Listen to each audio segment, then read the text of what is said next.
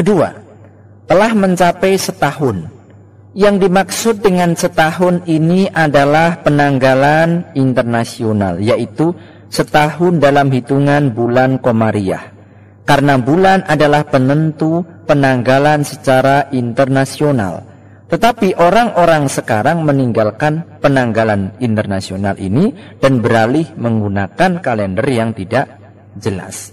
Penanggalan internasional adalah penanggalan yang berdasarkan asyhur hilaliyah, bulan-bulan Qamariyah, karena Allah Subhanahu wa taala berfirman, yas'alunaka 'anil ahillah qul hiya mawaqitu linnas wal hajj.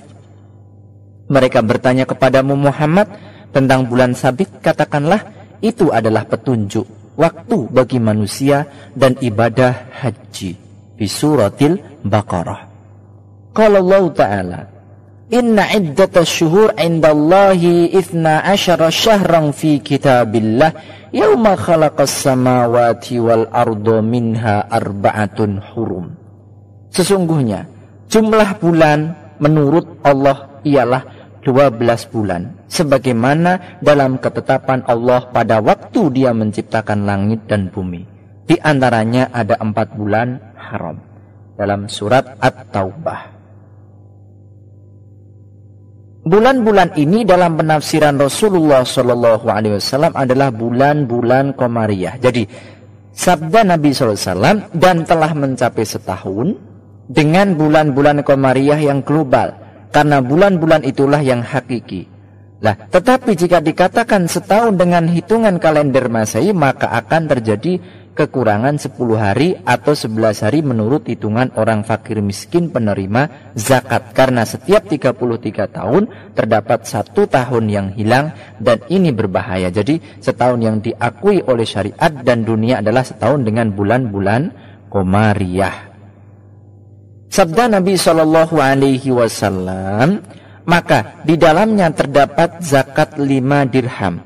5 dirham dari 200 dirham sama dengan 2,5%. Karena jika 200 dirham dibagi 40, hasilnya adalah 5 dirham, yaitu 2,5%. Sabda Nabi SAW, dan kamu tidak terkena zakat emas sampai kamu memiliki 20 dinar.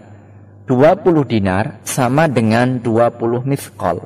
Karena 1 dinar sama dengan 1 mithqal sejak dahulu kala. Berbeda dengan dirham yang nilainya tidak stabil. Pada masa Rasulullah SAW, 1 dirham pernah bernilai 4 danik dan 8 danik. Pada masa Abdul Malik bin Marwan dibuatkan koin dirham yang bobotnya sama dengan 6 danik. Ia menaikkan 2 digit dari 4 danik, sekaligus mengurangi 2 digit dari 8 danik, yang mematok 1 dirham sama dengan 6 danik, dan setiap 10 dirham sama dengan 7 miskol. Nah, bobot dirham lebih sedikit daripada dinar, yaitu 0,7 dinar. Tetapi dalam bentuknya dirham lebih besar daripada dinar 2 kali lipat, meskipun bobot emas lebih berat daripada bobot perak. Seorang ahli emas mengatakan 1 real sama dengan 11,75 gram dan 1 pon sama dengan 8 miskol. Meskipun demikian, bentuk 1 real Saudi jauh lebih besar daripada pon 4 atau 5 kali lipat. Ini menunjukkan bahwa emas lebih berat daripada perak. Jadi nisab emas adalah 20 miskol, karena Rasulullah SAW bersabda sampai kamu memiliki 20 dinar. Sabda Nabi SAW, dan telah mencapai setahun. Persyaratan haul atau siklus tahunan ini seperti penjelasan tersebut. La ikhwatul iman, apa hikmah dibalik pensyaratan haul? Mengapa tidak dikatakan saja seseorang wajib membayar zakat atas nisab yang dimilikinya? Jawabannya, itu tidak wajib untuk memberi kelonggaran kepada pemilik harta benda. Karena pada dasarnya zakat hanya wajib dalam harta benda yang bisa berkembang, dan perkembangan suatu harta benda tidak bisa dalam jangka waktu tertentu. Tetapi memang harus ada batasan waktu yang jelas. Andai kita batasi 2 tahun tentu membahayakan para penerima zakat.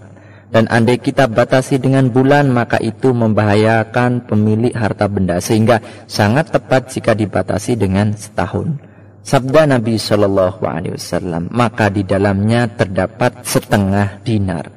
Setengah dinar sama dengan 2,5%. Karena jika kita membagi 20 dinar menjadi 40, maka hasilnya adalah setengah dinar.